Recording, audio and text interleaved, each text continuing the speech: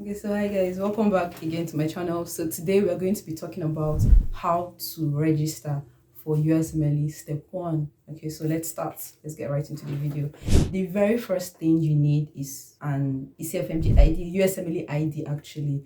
So your USMLE ID is an 8-digit number. So your USMLE ID is an 8-digit number that is peculiar to you, and that's the number you're going to be using in your interactions with ECFMG as far as it concerns your USMLE exams.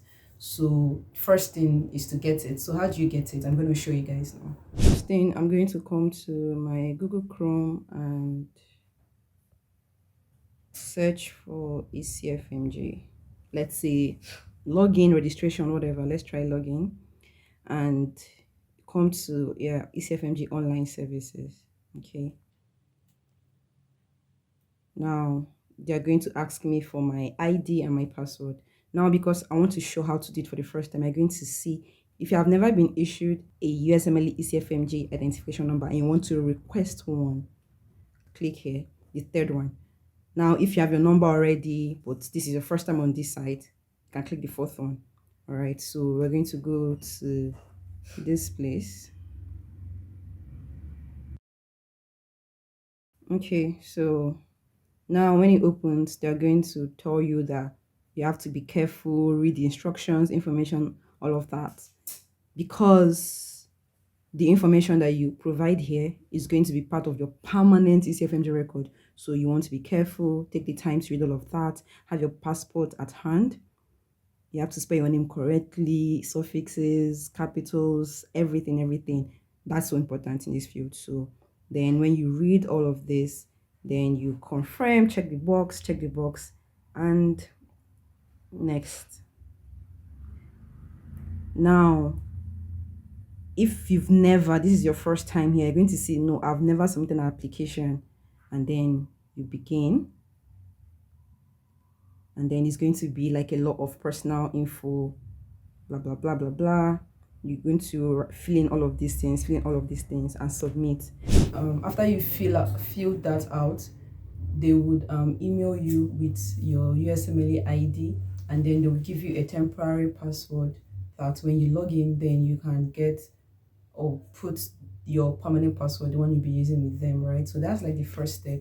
So after that, you're going to do your ECFMG certification next. So now we're in number 2. So number 2, ECFMG certification. So you go back to that website, the ECFMG login. Now you have your ID, you have your password, right? So now you can log in. And when you do log in, they're going to give you prompts, okay? For example, I've done that already. So when I go to the website, when I log in into my own profile, I'm not going to see begin your ECFMG certification because I've done it already. But if you've not, you're going to see it there, right? So you click on it. So clicking on it means you're going to fill out forms, and you have to be very careful, right? Because these forms, what you fill out on these forms are things that are going to be in your ECFMG record from now till whenever you finish your business with them. So you want to be sure that your date of birth, your name, suffixes, capital letters, hyphens, numbers, titles, everything, you want to be sure that is correct. Okay, so when you're done with your ECFMG certification, they're going to ask you to pay $150, which is, I believe, going to be the very first payment you're making in this journey. So when you pay your $150, as soon as you pay, you can use a credit card, debit card, whatever card works for online or international transactions, you can use it. So once you pay, they're going to ask you to download the form, and that's your form 186. It's called your certificate of identification. So when you download that form, don't do anything with it, just keep it in your phone, your device, whatever you're using. And then the next thing is notarization, number 3. So now you're going to go to Notaricam website. Okay, so I'm going to show you guys how to create an account, which actually is not a big deal, but you create an account with Notaricam. So when you create an account with Notaricam, if you're a new user, you have to put the whole thing, email, password, all of that. If you're not a new user, just log back in, and then they work 247. They're going to ask you for your passport. So you're going to upload your passport data page. They're going to ask you for that certificate of identification or for 186. So you upload it, and then they're going to ask you if you're ready to go ahead with your notarization right now. If you're ready, fine, just go ahead. If you're not, maybe because it's night, your lighting is poor, you're not dressed well, any reason, then you have to schedule. So they work every day. They're just going to give you time based on their availability and when you choose.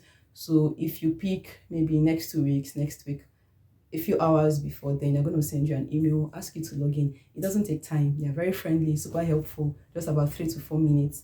And when you are attending your appointment with Notary Camp, you want to make sure that you have your passport, the same passport that you've been using, on unexpired passport, right? You want to have it. You want to have that form because you're going to sign that form online there with them. I also want to make sure that you look okay because the picture they're going to take is going to be in your record with ECFMG. So you want to be sure that you don't show up looking like you just woke up. Okay, so yes, so that is number 3. Now to number 4. When they are done, they're going to email ECFMG. So you are done with them, you just wait. So when they email ECFMG, that means you've been verified. ECFMG would send you an email to tell you that they've received your certificate of identification. That's your form 186. Everything is okay, and yada. And then now you can begin your application for step 1. So you go back to your website, that ECFMG login website. Now, because you are done with your certificate of whatever, they're not going to ask you to fill it out again. You're going to maybe see a prompt that says download it again, or see a prompt that says begin your step 1 application or begin step 2 application, whatever. So now let's assume that you are going to be beginning your step 1 application today, tomorrow. Just click on that. Now it's fine if you're not ready to apply yet. That thing you've done is a one-time thing. Nobody's going to ask you to do it again when you're ready. You can just leave it there. Whenever you're ready, in a year, in 6 months, you can come back. You're going to see it the way you left it. Okay, it doesn't, well, let me not say it does not expire, but it's not going to expire, before you need it. Okay, so now to begin your step 1 application, I'm going to show you guys how to. For your step 1 application, it's going to take time, so you want to be sure that you can devote a few minutes, not a few, but not too many minutes either. So so you want to be sure that you are going to fill this form in a very quiet place, or a place where you can concentrate, you can give yourself time. So because any mistake that you make can cost you time, because you have to reapply again. So there are some specific things about this application that I want to point out that you have to make sure to know before you start. First thing, have your passport with you, because you want to be sure they're going to put your name the way it is in your passport. You want to put your date of issuance, date of expiry, issuing authority, all of that. You want to be sure that they're correct. First thing. Second thing you should know is eligibility period. So eligibility period is a triad of months, right? Consecutive months. So it can be January, February, March. Can be March, April, May. Can be February, March, April, right? But it's going to be 3 months. And when you pick a triad, it means that you want to take your exam in a day within those 3 months. And it means that, for example, if you pick March, April, May, you can take your exam in March, you can take it in April, you can take it in May, but no, you cannot take it in August. No. So when you're feeling of choosing a date at the end, it has to be within those 3 months. So you want to be sure that you choose an appropriate eligibility, right? Depending on your prep, how ready are you, when do you need your scores to come in, right? All of those things. So not necessarily a trick, because when you choose an eligibility, you can only extend it once, right? So if I pick January, February, March, and then I get to February and I'm like, I'm not going to be ready by March, I can move it. They'll push it 3 months again, right? But after then, I can't again. So what I usually would advise is, if you think you want to do your exam in, let's say, September, you think you want to do it in September, please I don't think you should put July, August, September. Maybe try August, September, October, or try September, October, November, so that if something happens in September and you're not able to take your exam, you can comfortably just fall into the next month. Okay, now you don't have to start thinking, oh, my eligibility is expiring, now I have to take my exam. So that's something you have to know. Another thing you should know is testing region. So testing region is a region where you want to take your exam. So we have Africa, there's Europe, there is Asia, there's Middle East. I think Israel, India might have their own different regions. You will see all of that there. So you want to be sure of the continents where the country you're applying to take your exam falls under, right? So if you want to take your exam in Ghana, in South Africa, Kenya, you're going to pick Africa. If you want to take it in Germany, Netherlands, UK, it's going to be Europe, okay? So you want to be sure, maybe the things that can inform your decision might be ease of visa, might be ease of transport. For example, if you're already schooling in Europe, it does not make sense that you should come to Ghana to take your exam, because they're going to spend more on flying. All right, your flight is going to be more expensive. So you want to check all of these things before you choose a region, because if you choose a region and you change the region, you're going to pay them $90, and $90 is not small money. Now, the last thing you should know is details regarding your degree. All right, so first thing, you want to know your degree title. Yes, you're a doctor, but not every school issues it the same degree. Some countries issue MBBS, like Nigeria. Some countries issue DOMD, like the US. Some countries, yeah. So my point is, you want to be sure that you know what your school is issuing. And how do you know that? You can ask your seniors who have written the exam, what title did you guys put in your degree? So for me, at the time when I was taking my step one, it was Doctor of Medicine. But then the next year, they added Doctor of Medicine, something, something. It was such a long statement. So how you find out, you can also go online, type your school, type degree title, type ECFMG. They'll give you like, you find a link where you can put your school name, put the year of graduation, and they will tell you the title of your degree. Just copy that way and put, because people have been asked to apply again just because of degree title, so you don't want to make that mistake. Okay, then another thing you should know is date of admission, date of diploma issuance, or graduation date. So there are 3 dates that you have to know. So I would advise that you go to your school, go to admissions office, and ask them, when did I get admitted? Don't assume that when you arrived to the country was when you got admitted. It might not be accurate, because I just assumed that, because schools in Ukraine begin in September, my admission date will be September, but it wasn't. It was actually October. So you want to make sure that you have those dates. You want to ask them, when is your graduation date, because you have to fill it out. Then they're going to ask you how many years you spend in medical school. So that's also going to be school specific. So for me, it was 6 years. So yes, please be sure, if you can, ask as many questions as you want to ask, because just a little mistake on this form can cost you time and money. So you want to make sure that you fill it to the most accurate degree possible. Okay, so when you finish filling all of this and you submit, you're going to be asked to pay. It's going to be about $1,200, and the money on top is just surcharge. I think surcharge in my time, it used to be $180, but now I hear it's about $200. So surcharge is just the amount you pay when you take your exam outside of the US or Canada. So the money you're paying them to administer this exam in other regions that are not their country, right? So you're going to have to pay that. But if you're taking your exam in US or in Canada, you don't have to pay surcharge. So your exam fee might end up being maybe $900 and something, right? So let's just say in average $1,200. Okay. So when you pay, now we're going to download a form again, just like you downloaded when you paid for your ECFMG certification. Now you're going to download a form again, and this form is called Form 183. So when you download Form 183, you have to take it to your school. So every school has a designated official who oversees or signs this form, because that person's name, title, office, and signature is already present with ECFMG. So that way, nobody else can sign this form for you except this person.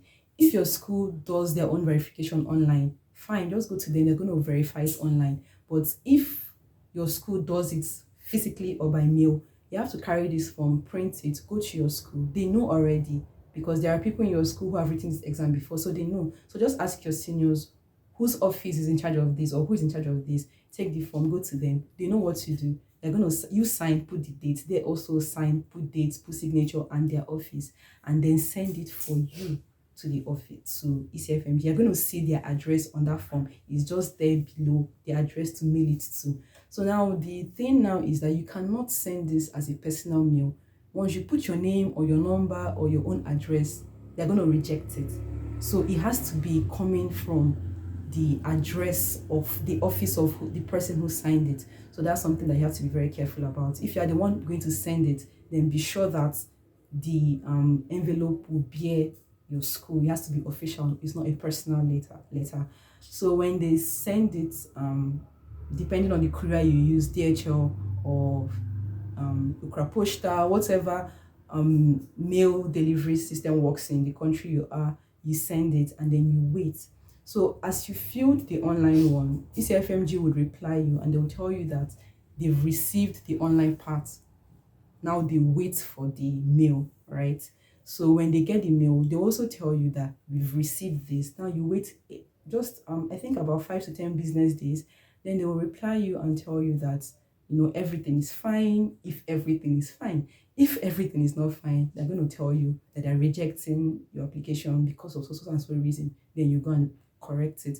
But if everything is fine, degree date, degree title, passport, all of that, and the essence of that Form 183 is a verification of your status, right? Because they want to make sure that you're either a medical student or a medical graduate from a school that is accredited by their body. And they want to make sure that, for example, you're not in first year trying to do step one, okay? So that's the essence of that form. So when they get everything and you're fine, they're going to email you and tell you that your registration has gone through and that you've been accepted into or enrolled into so eligibility period, which is the eligibility period that you already chose. Okay, now if your application may be to time and the eligibility period that you chose has started, they will enroll you in the next one. Okay, so and then you wait 1 more week and then they will send you your scheduling permit.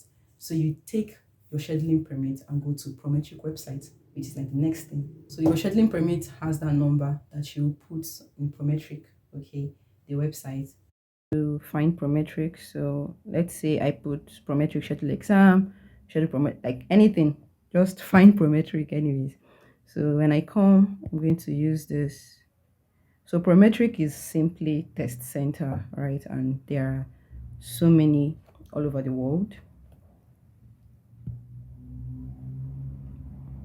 And you can only take your exam in the places where Prometric is available. So now this is how we find or search availability. So let's say that, okay, yeah, first of all, you have to put your test sponsor. Test sponsor is the NBME. Okay, so we're going to find N, National Board of Medical Examiners. And what's our program? Our program is step 1. And the test is USMLE step 1. Okay, so you go ahead and let's say my testing region was Africa, and I believe in Africa there are 3 testing centers. I think one is in South Africa, Kenya, or Ghana, but Ghana is just the most popular in Africa. Okay, so let's say we put Ghana. We can put Accra. Really, if it's a country that has different cities, like there are different cities that have Prometrics in them, then you can put the country. But if you have a specific city, you can put it there. So let's go with Ghana, but I believe in Ghana is just Accra. Okay, so now we're going to maybe find dates for April. So let's say April 2nd. They're going to allow you to find or to search within 2 weeks at a time to April 16th. So look, there is 3rd, there is 4th, there is 11th, and yeah, this is the place. So you can pick 3rd or 4th or 11th, depending on your schedule and what works for you. Okay, now if you want to schedule your exam, you have to do that again. So National Board of Medical Examiners, where are you? Here. Our program is step 1. Now I'm going to read and confirm and consent to all of that, and they're going to ask me for my scheduling number and the first 4 characters of my last name. So this scheduling number is actually going to be found, or it's found on your scheduling permit, right? So that is why you need your scheduling permit. So you're going to put the number, put your name and submit, and then you're going to find that the place for country, date you pick, put your name and all of that. And then they will send you an email telling you that you have been scheduled for so date, and yeah, what you should come along with, rules, regulations, requirements, maybe if they require COVID test or vaccination, all of that they're going to tell you. Okay, so when you are going for your exam, you have to go with that. On the day of your exam, you have to show up at the center with your scheduling permit and your passport. If you don't have your scheduling permit, you cannot take the exam, because those figures, that your scheduling number there is going to be there in the computer. That's actually the key you're going to use to log in, for your exam. So you have to be sure that you never forget your scheduling permit. Try to print it out just in case. Print it out, keep it in your phone, keep it as a soft copy, sorry, as a hard copy rather, and go with it. And yeah, that's actually like the whole process of registration. So because I know that it's a lot, you have to also be careful that you manage, or you fix your time well. If you're in a hurry to take your exam, then I think that it's safer to begin your registration already, because you don't know what would happen, and this might take you a month to 2 months to 3 months, depending. Sometimes their workload is a lot and you have to wait more than 10 working days for something that ideally should have been 10 working days. So to avoid that pressure towards the end, when you're ready for your exam but you are not done with registration, I think it's safe that you should register, pick your date, pick your region, and just wait. Okay, but I mean, every man to his own. It depends on your own peculiar situation. So yeah, let's recap. So the first thing is to get your ECFMG ID, peculiar 8-digit number. It's yours. Then the second thing is your ECFMG certification, where you pay the first fee, $150, and then notarize your certificate of identification. And after that, when that's fine, you register for your USMLE exam. When you register, you print the Form 183, you verify it in your school, they mail it on your behalf to their office in Philadelphia. When they receive it, they reply you and tell you that everything is okay. You wait a week or a few days, you get your scheduling permit.